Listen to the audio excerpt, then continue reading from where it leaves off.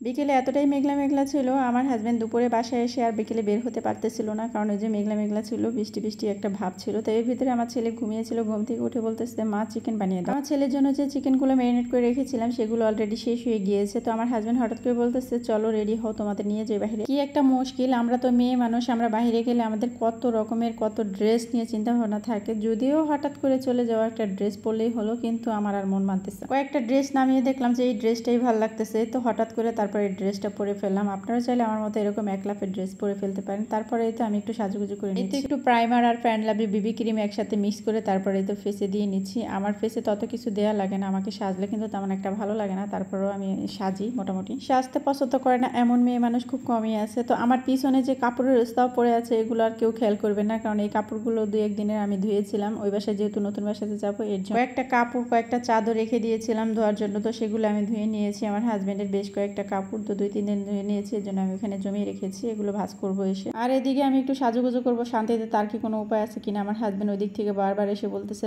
চলো, নাহলে আমি চলে গেলাম ওকে নিয়ে। তো আমি বলতেছি একটু ওয়েট করেন, একটু ওয়েট করেন। আর আমার ভুরু যেহেতু পাতলা, তারপরে আমি একটু ভুরু আট করে নিতেছি। একটু গাঢ় করে ভুরু দিলে আমার কাছে কেন জানি অনেক ভালো লাগে, কালো কালো লাগে দেখতে, বেশ ভালোই লাগে। আর এখন হচ্ছে আমি এই মাস্কারাটা দিয়ে নেবো। এই মাস্কারাটার দাম নিয়েছিল 350 টাকা। তো ওই ভাইয়াটা বলেছিল আপনি একবার নিলে এই মাস্কারাটা তারপরে ইউজ করে খুঁজবেন আমাকে। আর আমি বললাম যে কেন আপনাকে খুঁজবো, আমি খুঁজলে মাস্কারাই খুঁজবো। তো বললো যে হ্যাঁ এটাই, কারণ মাস্কারাটা খুবই ভালো, আমার কাছে অনেক ভালো লাগে এটা ইউজ করতে।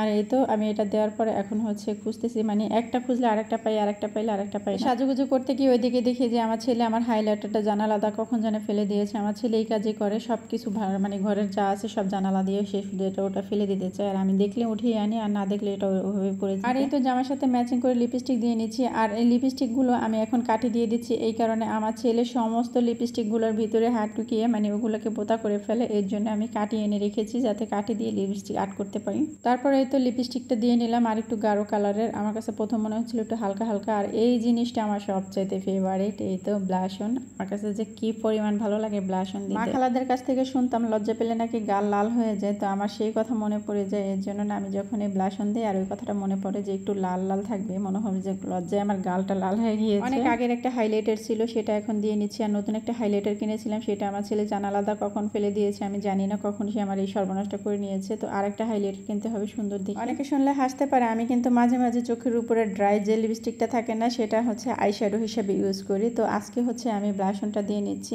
একটু বুদ্ধি না খাটালে কি হবে, নইলে তো মেকআপ কিনতে কিনতে আমার হাজব্যান্ড ফকির হয়ে যাবে। তারপরে তো এখন আমার ফাইনাল লুক দেখতে পাচ্ছেন, অত গর্জিয়াস সাজ দিইনি আমি, এত কষ্ট করে একটু সাজ টাজ দিলাম, এখন যদি একটু না দেখাই ঢং টং করে কেমন লাগে বলেন। তো আমার হাজব্যান্ড বলতেছে তাড়াতাড়ি আসুন, এলে চলে গেলাম। তো এদিকে আমি বলতেছি একটু দাঁড়ান ভাই, একটু দাঁড়ান, আমাকে একটু ভিডিও করে দেন। তারপরে তো বেচারা আসে, আর এই তো আমাকে পা থেকে মাথা পর্যন্ত একটু ভিডিও করে দিল। আর এই তো পুরো ম্যাচিং করে আমি ড্রেস ব্যাগ সব নিয়েছি, জুতা। তো সবার কাছে কেমন লাগলো আমার এই মেকআপ অবশ্যই কমেন্ট করে বলবেন। ছোট্ট একটি ফলো।